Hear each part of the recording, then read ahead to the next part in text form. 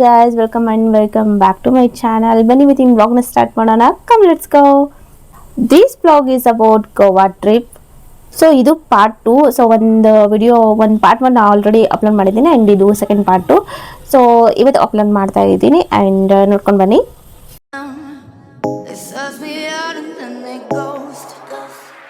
ಹೇ guys, welcome back. So ನಿನ್ನೆ ದಿನ ಅಂತೂ ನಾವು ಕಾರಲ್ಲೇ ಮಲ್ಕೊಂಡಿದ್ವಿ. ಆಲ್ರೆಡಿ ರೀಚ್ ಆಗಿದ್ದೆ ನಾವು 1:30 ಗಂಟೆ ಎಲ್ಲ ಆಗಿತ್ತು. ಸೊ ಇನ್ನೇನು 3 ಅವರ್ಸ್ ಅಷ್ಟೇ ಮಲ್ಕೊಳ್ಳೋದು. ಹಾಗಾಗಿ ರೂಮ್ ಬುಕ್ ಮಾಡೋಣ ಅಂತೇಳಿ ರೂಮ್ ಬುಕ್ ಮಾಡಲಿಲ್ಲ. ಆ್ಯಕ್ಚುಲಿ ನಾವು ಮುಂಚೆನೇ ಪ್ಲ್ಯಾನ್ ಮಾಡಿದ್ವಿ, ಒಂದು ವೇಳೆ ಲೇಟಾಗಿ ರೀಚ್ ಆದರೆ ಅಥವಾ ರೂಮ್ ಸಿಗದೇ ಇದ್ದರೆ ಸೊ ನಾವು ಕಾರಲ್ಲೇ ಮಲ್ಕೋಬೇಕು ಅಂತ ಹೇಳಿ ಬೀಚ್ ಹತ್ರನೇ ಒಂದು ರೂಮ್ ಬುಕ್ ಮಾಡಿದ್ದೀವಿ. ಸೊ ಇಲ್ಲೇ ಅಂದರೆ ಟೆರೆಸ್ ಮೇಲೆ ಹೋದರೆ ಬೀಚೆಲ್ಲ ಕಾಣಿಸುತ್ತೆ. ಸೊ ಹಾಗಾಗಿ ನಿಯರ್ ಆಗುತ್ತೆ, ವಾಕೇಬಲ್ ಡಿಸ್ಟೆನ್ಸ್ ಇತ್ತು. ಸೊ ಹಂಗಾಗಿ ಇದನ್ನು ಬುಕ್ ಮಾಡಿದ್ವಿ. ಸೊ ಅಲ್ಲಿ ಮಾರ್ನಿಂಗೇ ಇನ್ನೊಂದು ರೂಮ್ ನೋಡಿದ್ವಿ, ನನಗಂತೂ ಸ್ವಲ್ಪನೂ ಇಷ್ಟ ಆಗಲಿಲ್ಲ. ಸೊ ಹಾಗಾಗಿ ಮತ್ತೆ ಈ ರೂಮ್ಗೆ ಬಂದ್ವಿ. ಆ್ಯಂಡ್ ಇವಾಗ ನಾವು ಫ್ರೆಶಪ್ ಆಗಿ ರೆಡಿಯಾಗಿ ಇಬ್ಬರು ಟ್ವಿನ್ಸ್ ಥರ ರೆಡಿಯಾಗಿದ್ದೀವಿ. ಆ್ಯಂಡ್ ಸೊ ನಾವು 3 ಜನ ಸೇಮ್ ಡ್ರೆಸ್ ಹಾಕೊಳ್ಳೋದ್ರಿಂದ ನಾವು ಮುಂಚೆನೇ ಅಂದರೆ ತುಂಬಾ ಸರ್ಚ್ ಮಾಡ್ತೀನಿ, 1 ಮಂತ್ ಬಿಫೋರೇ. ಸೊ ಡ್ರೆಸ್ದೆಲ್ಲ ಪ್ಲ್ಯಾನ್ ಮಾಡಿರ್ತೀನಿ ಲೊಕೇಶನ್ಗೆ. ಸೊ ಆ ರೀತಿ ಸೂಟ್ ಆಗೋ ಥರ ಡ್ರೆಸ್ ಎಲ್ಲ ಮುಂಚೆನೇ ಪ್ಲ್ಯಾನ್ ಮಾಡಿರ್ತೀನಿ. ಸೊ ಇದೇ ರೀತಿ ನನ್ನ ವಿಡಿಯೋಸ್ ಎಲ್ಲ ಬರಬೇಕು, ಇದೇ ರೀತಿ ಹೀಗೆ ಕಾಣಿಸ್ಬೇಕು ಅಂತ ನಾನು ಮುಂಚೆನೇ ಪ್ಲ್ಯಾನ್ ಮಾಡಿರ್ತೀನಿ ಹೋಗೋಕ್ಕಿಂತ ಮುಂಚೆನೇ.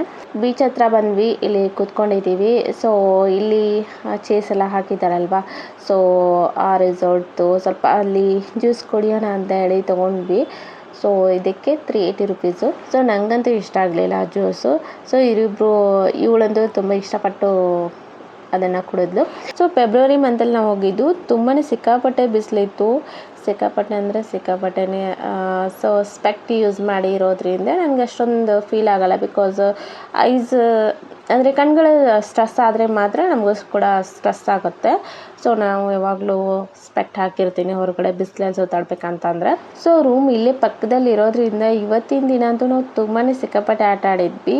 ಸೊ ಈ ಡ್ರೆಸ್ಸಲ್ಲಿ ಫೋಟೋಶೂಟು, ಆಮೇಲೆ ವಿಡಿಯೋಸು, ರೀಲ್ಸು ಇದೆಲ್ಲನೂ ಮಾಡಿದೆ ನಾನು. ಆ್ಯಕ್ಚುಲಿ ಸಮುದ್ರ ತಟದಲ್ಲಿ ಸುಮ್ಮನೆ ನಿಂತ್ಕೊಂಡ್ರೂ ಒಂಥರ ಚೆನ್ನಾಗಿ ಅನಿಸುತ್ತೆ, ಟೈಮ್ ಪಾಸ್ ಆಗುತ್ತೆ. ಅದು ವೇವ್ಸ್ ನೋಡ್ತಾ ಇದ್ರೇ ಸಾಕು, ಅಲೆಗಳನ್ನು ನೋಡ್ತಾ ಇದ್ರೇ ಒಂಥರ ಚೆನ್ನಾಗಿ ಅನಿಸುತ್ತೆ. ಆಟ ಆಡೋದು ಒಂಥರ ಚೆನ್ನಾಗಿ ಅನಿಸುತ್ತೆ. ನಾನಂತೂ ತುಂಬ ಸಿಕ್ಕಾಪಟ್ಟೆ ಆಟ ಆಡಿದೆ. ಅದ್ವಿಕಾ ಮತ್ತು ಇವರಿಬ್ಬರು ಅಂತೂ ಇಷ್ಟೊಂದು ಆಟ ಆಡಿದರು, ತುಂಬಾ ಆಟ ಆಡಿದರು. ಆ್ಯಕ್ಚುಲಿ ನಾವು ಮಾರ್ನಿಂಗಿಂದ ಈವ್ನಿಂಗ್ವರೆಗೂ ಹಾಗೆ ಆಟನೇ ಆಡ್ತಾಯಿದ್ರು. ಹಾಗೆ ಅದು ಅಲ್ಲದೆ ನನ್ನ ಹತ್ರ ಗ್ಯಾಜೆಟ್ಸ್ ಎಲ್ಲ ಇದ್ವು, ಮೊಬೈಲು ಹಾಗೆ ಟ್ರೈಪಾಡ್ ಇದೆಲ್ಲ ಇರೋದ್ರಿಂದ ನಾನು ಅಷ್ಟೊಂದು ನೀರಿಗೆ ಇಳಿಲಿಲ್ಲ. ಸೊ ಇಲ್ಲ ಅಂತಂದರೆ ಬೀಚಲ್ಲಿ ವೇವ್ಸ್ ಬರ್ತಾವಲ್ಲ, ಅದು ಎಳ್ಕೊಂಡು ಹೋಗ್ಬಿಡತ್ತೆ. ಒಂದು ಸ್ವಲ್ಪ ನಾನು ಈ ಕಡೆನೇ ಕೂತ್ಕೊಂಡಿದ್ದೆ ಈ ಡ್ರೆಸ್ಸೆಲ್ಲ ಹಾಕ್ಕೊಂಡಾಗ. ಸೊ ನಾವು ತುಂಬ ಆಟ ಆಡಬೇಕು ಅಂತಂದರೆ ಅಲ್ಲಿಗೆ ಹೋದರೆ ನಾವು ಇದು ಮೊಬೈಲೆಲ್ಲ ನಮ್ದು ಏನು ಐಟಮ್ಸ್ ಇರುತ್ತೆ ಅದೆಲ್ಲ ನಾವು ಮನೇಲೇ ಬಿಟ್ಟು ಹೋಗಬೇಕು. ಸೊ ಇಲ್ಲ ಅಂತಂದರೆ ಅಲ್ಲಿ ಪಕ್ಕದಲ್ಲಿ ಇಟ್ಟರು ಯಾರಾದರೂ ತೊಗೊಂಡು ಹೋಗ್ತಾರೆ, ಅಥವಾ ಸೊ ನೀರಲ್ಲಿ ಎಳ್ಕೊಂಡು ಹೋಗ್ಬಿಡತ್ತೆ. ಸಮುದ್ರ ಏನಿರುತ್ತೆ ಅಲೆಗಳು ಬಂದು ಎಳ್ಕೊಂಡು ಹೋಗ್ಬಿಡತ್ತೆ. ಎಷ್ಟೇ ದೂರ ಇಟ್ಟರು ಅಷ್ಟು ದೂರ ಬರ್ತಾನೆ ಇರುತ್ತೆ. ಸೊ ನಾನಂತೂ ನನಗಂತೂ ಈ ಬೀಚ್ ನೋಡ್ತಾ ಇದ್ರೇ ನಾವು ಅಂದರೆ 2018 ನಾವು ಅಂಡಮಾನ್ಗೆ ಹೋಗಿದ್ವಿ. ಸೊ ಅದೇ ನೆನಪಾಗ್ತಾಯಿತ್ತು. ಅದಾದಮೇಲೆ ಸೊ ಈ ಗೋವಾ ಪ್ಲ್ಯಾನ್ ನಾನು ತುಂಬ ವರ್ಷಗಳಿಂದ ಹೇಳ್ತಾ ಇದ್ದೀನಿ, ಗೋವಾಕ್ಕೆ ಹೋಗೋಣ ಒಂದ್ಸತಿ ಅಂತೇಳಿ. ಫೈನಲಾಗಿ ಇವಾಗ ಬಂದ್ವಿ. ಸೊ ನನಗಂತೂ ಇದು ಒಂಥರ ನಂಗೆ ಬೀಚ್ ಅಂದ್ರೇ ತುಂಬ ಇಷ್ಟ. ಬೀಚಲ್ಲಿ ಆಟ ಆಡೋದು ತುಂಬಾ ಇಷ್ಟ ಆಗುತ್ತೆ. ಸೊ ನೀರಿಗೆ ಇಳಿದೇ ಇದ್ರೂ ಕೂಡ ಅಷ್ಟೇ ಒಂಥರ ಚೆನ್ನಾಗಿ ಅನಿಸುತ್ತೆ. ಆ್ಯಂಡ್ ಇಲ್ಲಿ ನಾನು ಮೆನ್ಯೂ ನೋಡ್ತಾ ಇದ್ದೆ. ಸೊ ಇಲ್ಲಿ ಆಲ್ಮೋಸ್ಟ್ ನಾನ್ ವೆಜ್ಜು ಹಾಗೆ ಡ್ರಿಂಕ್ಸ್ ಜಾಸ್ತಿ ಇದ್ವು. ಇದ್ಯಾವುದು ನನಗೆ ಸೂಟ್ ಆಗೋ ಅಂಥದ್ದು ಇರಲಿಲ್ಲ.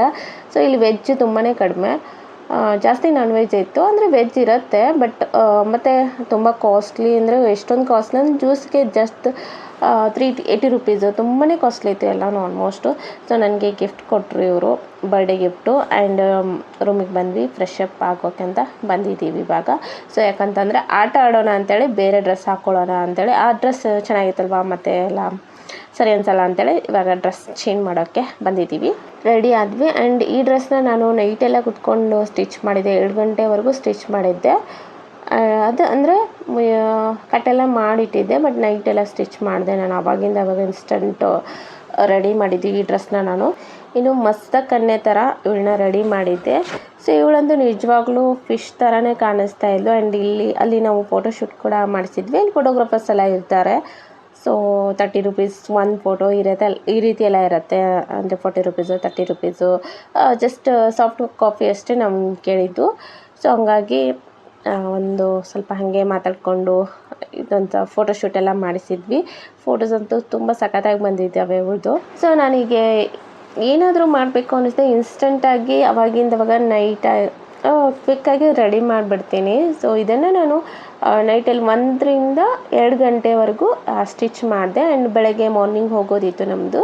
ಸೊ ಬೆಳಗ್ಗೆ ಹೋದ್ವಿ. ಆ್ಯಂಡ್ ಇವಳು ಮತ್ತು ಇವರು ತುಂಬಾ ಆಟ ಆಡಿದರು ನೀರಲ್ಲೇ. ಸೊ ಇವಳಿಗಂತೂ ಫುಲ್ ಬೀಚ್ ಇಷ್ಟನಾಗಿತ್ತು. ಇವಾಗ ಕೂಡ ಹೇಳ್ತಿರ್ತಾಳೆ ಬೀಚ್ಗೆ ಹೋಗೋಣ ಅಂತ ಹೇಳಿ. ಸೊ ನಿಜವಾಗ್ಲೂ ಬೀಚ್ಗೆ ಹೋದರೆ ಮತ್ತೆ ಹೋಗಬೇಕು ಅಂತ ಅನಿಸ್ತಾನೆ ಇರುತ್ತೆ. ಸೊ ನೀರಿಗೆ ಇಳೀಲಿ ಅಥವಾ ಇಳದೇ ಇರಲಿ, ಸಮುದ್ರದಲ್ಲಿ ಆಟ ಆಡಲಿ ಅಥವಾ ಆಡದೇ ಇರಲಿ, ಬಟ್ ಜಸ್ಟ್ ದಡದಲ್ಲಿ ಕೂತ್ಕೊಂಡು ಅಲೆಗಳ ಸೌಂಡು ಎಲ್ಲ ಚೆನ್ನಾಗಿ ಅನಿಸುತ್ತೆ. ಒಂಥರ ಅದು ನೆನಪಾಗ್ತಾ ಇರುತ್ತೆ ಯಾವಾಗಲೂ. ನನಗಂತೂ ಇನ್ನೂವರೆಗೂ ಸ್ಟಿಲ್ ಸೊ ನನಗೆ ಇನ್ನೊಂದು ದಿನ ಹೋಗಬೇಕಿತ್ತು ಅಂತ ಈ ರೀತಿ ಅನ್ನಿಸ್ತಾ ಇತ್ತು. ಆ್ಯಂಡ್ ನಿಜ ಹೇಳಬೇಕು ಅಂದರೆ 1 ಸೆಕೆಂಡು ನನಗೆ ಈ ಟ್ರಿಪ್ ಬೋರಿಂಗ್ ಅಂತ ಅನ್ನಿಸ್ಲಿಲ್ಲ.